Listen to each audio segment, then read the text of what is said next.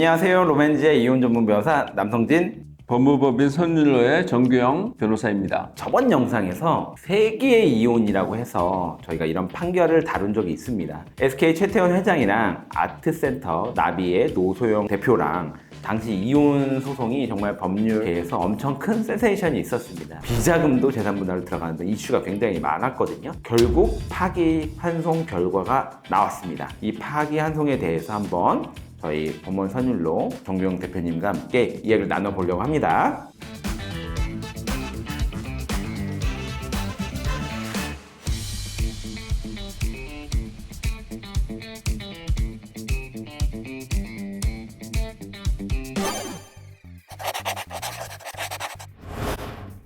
대법원의 판단은 그렇습니다. 이혼은 해라. 그 대신 재산 분할 요거는 다시 판단해봐라. 겉으로만 보기에는 이 소송의 목적은 이제 간단합니다. 둘 다 이혼을 청구했죠. 원고인 최태원 회장은 이혼을 청구한 거고, 노소영 관장은 이혼 플러스 위자료 재산 분할 같이 청구를 했는데요. 원칙적으로 유책 배우자의 이혼 청구는 받아들이기 어렵습니다. 결국 노소영 관장에게 최태원 회장이 돈을 얼마나 나눠줘야 하는지를 법원이 판단해야 하는 구조죠. 여기서 중요한 건 노소영 관장이 받을 수 있는 돈은 두 가지잖아요. 위자료하고 재산 분할. 대법원은 원칙적으로 사실관계를 다시 판단하기보다는 법리가 제대로 적용됐는지를 살펴봅니다. 그래서 재산 분할이 올바르게 진행됐는지 또는 위자료 액수의 산정이 법대로 잘 됐는지를 보는 건데, 재산 분할이 올바르게 되지 않은 것으로 보고 항소심에 다시 판단하라고 돌려보내는 파기환송을 한 겁니다. 원심 판단의 위자료 액수 산정에 관한 법리를 오해하고 그 재량의 한계를 일탈하여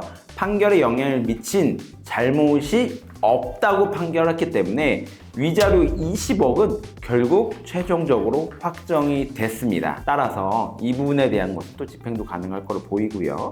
저번 영상에서도 말씀드렸다시피 보통 일반인이 이혼 소송을 하면 1억도 위자료가 나오기 어렵습니다. 저희가 했을 때 통상적으로 3천, 가정에서의 피고에 대한 큰 아픔을 줬을 때 5천 정도가 상한선이었거든요. 그 상한선의 한계를 우장창창 깨서 20억까지 올라간 겁니다. 그리고 재산 분할의 경우에서는 파기환송되면서 항소심에서 인용됐던 1조 3,808억 원보다는 줄어들 것으로 예상이 됩니다.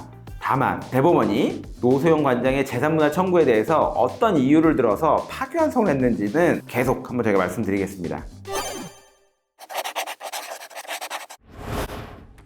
불법 원인급여라는 말 혹시 들어보셨나요? 범죄로 발생한 수익이나 도박 자금, 그런 걸 말하는 건데요. 이 두 사람의 이혼 소송 항소심의 경우에 노소영 관장의 부친인 노태우 전 대통령이 불법 비자금 300억 원을 SK 성장에 기여했다라고 그렇게 봤습니다. 이게 불법 원인급여가 되겠죠. 불법적인 원인으로 재산을 두거나 노무를 제공했다면 이걸 법이 보호하지 않습니다. 그래서 못 돌려받게 되어 있어요. 물론 이 비자금도 실제로는 지급이 됐는지 안 됐는지는 노태우 전 대통령 부인의 메모만 남아있기 때문에 진위 여부를 알 수는 없지만 대법원이 진위 여부는 판단 안 한 것 같아요. 사설 토토 뭐 이런 거 하다가 먹튀 당해도 도박한 자체가 불법이라 신고도 못하고 어디 말도 못 꺼내잖아요. 노태우 전 대통령이 SK 선대 회장에게 건넨 비자금 300억 원도 이것이 불법적인 자금으로 제공된 것이니 어떻게 보면 처음부터 돌려받을 수가 없는 돈인 거죠. 그래서 대법원 역시 법적 보호 가치가 없는 이상 이를 재산 분할해서 피고의 기여 내용으로 봐서는 안 되는 건데, 항소심에서는 비자금 300억 원이 재산 분할 대상이 된 것에 대해서 불법 원인급여와 재산 분할에 관한 법리를 오해하여 필요한 심리를 다하지 못했다. 판결 결과에 영향을 미친 잘못이 있다. 이렇게 판시를 한 겁니다.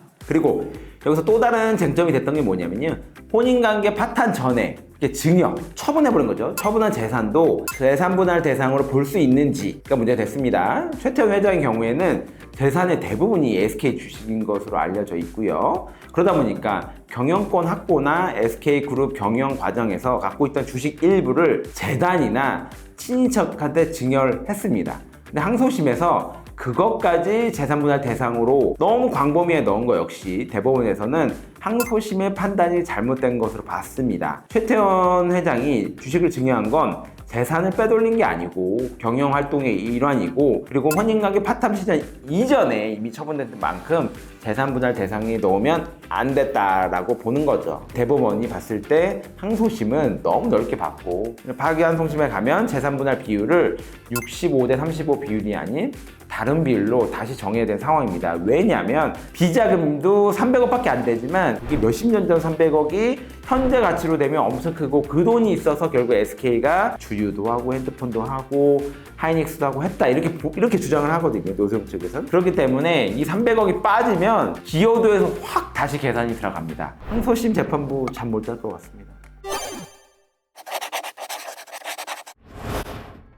파기환송심은 이제 9일부터 시작한다고 하는데요. 10월에 대법원 판결이 나왔는데 왜 이제야 시작하나 싶겠지만 빠른 편이라고 봐야 합니다. 재산분할 규모가 더 큰 스마일게이트 창업자 부부 소송이 2022년에 시작됐는데 아직도 1심이에요. 어쨌든 간 재산분할 때문에 파기환송에 온 만큼 핵심 쟁점은 바로 기여도입니다. 그리고 혼인관계 파탄 이전에 처분한 주식 역시 재산분할 범위에 안 들어가는 만큼 항소심에서 나왔던 재산분할 금액을 기대하기는 현실적으로 어려워 보입니다. 정리하면 이 대법원 쟁점은 크게 세 가지가 있습니다. 첫째, 분할 대상이 되는 부부 공동재산을 어디까지 볼 것인가. 두 번째, 타인에게 증여를 해버린 재산도 재산분할 대상으로 볼 것인가. 셋째, 위자료는 합당한가. 노선관장은 혼인했던 30년 동안 유무형의 기회를 해왔다 라며 최태원 회장이 보유한 SK 주식 절반 요구했죠. 하지만 50까지는 무리입니다. 따라서 혼인기간과 자녀 양육, 가사노동, 아트센터 납입 운영 등 내조의 역할을 봐서 결국 재산분할을 받게 될 것이고, 주식의 가치까지 결국 여러 가지를 볼 것으로 보입니다. 결론은 1심에서 선고했던 600억 원대의 재산분할 받을 수 있을지 아니면 1조가 넘는 재산분할이 될지는 봐야 될 것 같고, 결국 항소심은 저는 그 중간으로 고를 것 같습니다. 여러분, 저는 항소심이 현실에 타협해서 600억도 아닌 1조도 아니야 800억 정도로 할 것 같습니다, 저는.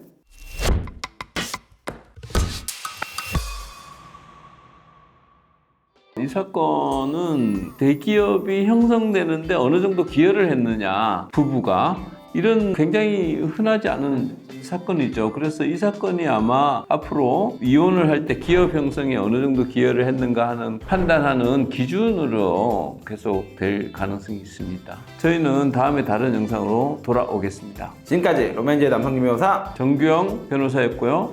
이번에 영상 잘 보셨다면 구독과 좋아요 부탁드립니다. 감사합니다.